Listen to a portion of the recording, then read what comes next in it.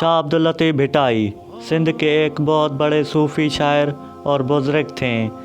सिंध के लोग इसको शायरी में बेताज बादशाह कहते हैं। शाह अब्दुल लतीफ़ भिटाई को शाह भिटाई भी कहा जाता है और उसके वालिद का नाम शाह हबीब था। शाह अब्दुल लतीफ़ भिटाई छोटे ही उम्र में नेक और आला किरदार के मालिक थे।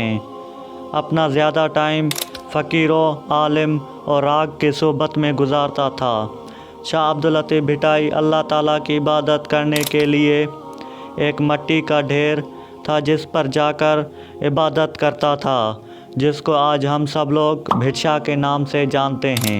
हज़रत शाह अब्दुल लतीफ़ भिटाई की शायरी को एक किताब में बंद किया गया है जिसको शाह के रिसाले से जाना जाता है। शाह अब्दुल लतीफ़ भिटाई अपने कलाम के ज़रिए सिंध और सारी दुनिया की खुशहाली के लिए हमेशा दुआ करता रहता था। हज़रत शाह अब्दुल लतीफ़ भिटाई को सैर सफरी का बहुत बड़ा शौक़ हुआ करता था। इसने सिंध और हिंद के कई बहुत बड़े शहरों के सफ़र किए।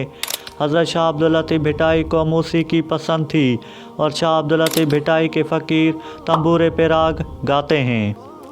हज़रत शाह अब्दुल लतीफ़ भिटाई 63 साल की उम्र में 1752 ईस्वी में वफ़ात कर गए। हज़रत शाह अब्दुल लतीफ़ भिटाई के कब्र के ऊपर सिंध के हाकिम गुलाम अली शाह कलोड़े ने एक आलीशान मकबरा बनाया। हर साल शाह अब्दुल लतीफ़ भिटाई के वफ़ात 14 सफ़र की तारीख को एक बहुत बड़ा मेला लगता है। इस मेले में अदबी महफ़िल, मौसीकी, ज़रई नुमाइश, सकाफ़ती सरगस, झूला, रांदिका और मिठाइयों के दुकान लगते हैं। आपको ये वीडियो अच्छी लगी हो तो वीडियो को लाइक करें और चैनल को सब्सक्राइब करें। मिलते हैं नेक्स्ट वीडियो में, तब तक के लिए अल्लाह हाफ़िज़।